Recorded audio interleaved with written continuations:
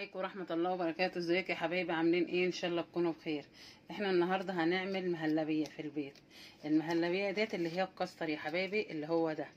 دي علبة كاستر، وفيه منه اكياس برضو بيتباع اكياس، ودي علبة اللي هي بتبقى على بعضها كده. دول هقول لكم الطريقة ايه. دول 3 كوبايات لبن، اللي هما كوباية العصير. الكوباية دي، دول 3 كوبايات لبن، وحط عليهم كوباية مية، وحط عليهم كيسين فانيليا، و6 معالق بالمعلقه الكبيره 6 معالق سكر. وكده ندوبهم في بعض وخليهم تبدا تغلي معايا. وبعد ما تبدا تغلي معايا اجي حاطه كوبايه ميه معايا،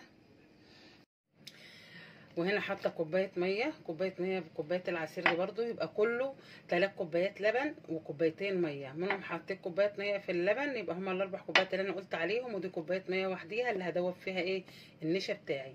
نبدا نقول كده: ادي معلقه، ادي 1، ادي 2، ادي 3 كوبايه. المعلقه تكون مليانه حلو كده. ادي 4، واقلب معايا ال4 معالق نشا دول حاطه فيهم ايه معلقه سكر برضو. وهنا حاطه 5 معالق، يعني انا حاطه كله 6 معالق سكر على 5 كوبايات، اللي هم 3 لبن و2 ميه و2 فانيليا زي ما انا قلت. وهبدا اقلب معايا كده، اقلب النشا بتاعي كده وانا مولعه على اللبن. اول ما اللبن يبدا يغلي معايا اجي حاطه نازله بالنشا بتاعي زي ما حضراتكم شايفين كده. دي المهلبيه اللي بنعملها في البيت، طبعا حاجه كويسه جدا جدا ونضيفه، احسن من اللي بتشتريها بالمره يعني. كده يا حبايبي اللبن قرب بدا يغلي معايا زي ما انتم شايفين كده. كده اللبن بدا يغلي، وانزل بقى بالكاستر بتاعي. انا حاطه كده زي ما قلت لكم 4 معالق، ولو حسيت ان محتاج تاني هزود، مش محتاج تاني خلاص. المهم ان انا اظبط السمك بتاعي معايا كده.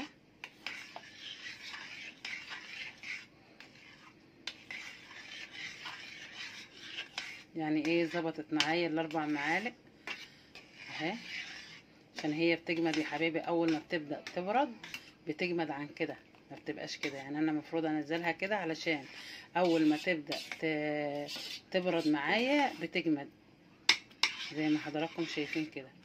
كده دي خلصت معايا. عملت المهلبيه، هوريكم برضو لما احطها في الاطباق بتاعتي هتعمل كام طبق. وده السمك بتاعي اهو، ما حطيتش غير 4 معالق اللي هو الكاستر. المعلقه تكون مليانه كويس يا حبيبي، ما تكونش يعني ايه يعني مش مليانه كويس كده واقول دي معلقه، لا تبقى مليانه كويس عشان يظبط معايا المعيار ده. تبدا تغلي كده يا حبايبي معايا، اجي اطفي عليها على طول، ما خليهاش تغلي اكتر من كده. اول ما تبدا تغلي معايا كده اول غلوه اجي اطفي على طول. وكده هبدا اعبيها بقى في الاطباق بتاعتي وهوريكم الشكل بتاعها.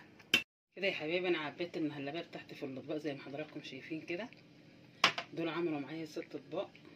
ازوق بقى الوش بتاعي بزبيب كده زي ما انتوا حضراتكم شايفين كده، اللي بيحب طبعا، واللي ما بيحبش ما يحطش. زبيب وجوز الهند كده زي ما حضراتكم شايفين كده، على حسب ما بتحبوا يعني. حبايبي انا عبيت المهلبيه بتاعتي في الاطباق زي ما حضراتكم شايفينها كده. فيه الساده اللي انا عاملاه ساده على حسب ما انتوا حابينه، فيه اللي عليها المكسرات اللي هو زبيب وجوز هند، ولو عايزه تحط اي مكسرات زي ما انت عايزه، ده حاجه زي ما انتوا عايزين. انا حاطه مثلا ده طبق انا قلبته، يعني ده الطبق بتاعي انا قلبته كده في الطبق اللي انتوا شايفينه ده. احط في الطبق من تحت حبه شربات من اللي هو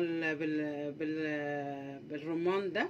ولو انتوا مثلا عندكم مثلا مش عايزين تحطوا فيه مثلا برضو الجيلي الاحمر ده، لو انتوا عايزين تعملوا الشكل ده كده اللي يبقى ايه اصفر من فوق واحمر طبق فيه من تحت احمر زي كده، بتحطي في حبه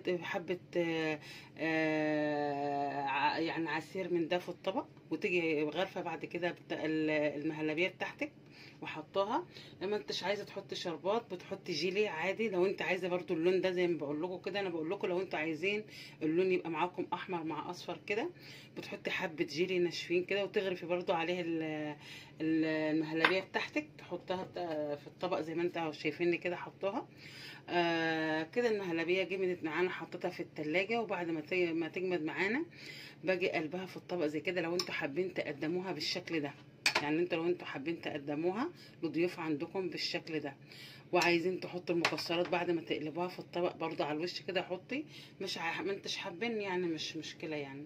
وزي ما انتوا حضراتكم شايفين كده شكلها جميل وروعه. لو عملتوها بنفس الطريقه دي هتعجبكم جدا جدا، هتعملوها وتاكلوها بألف هنا وشفا. ما تنساش تفعلوا الجرس وتدوسوا لايك عشان يوصلكم كل جديد. والسلام عليكم ورحمه الله وبركاته.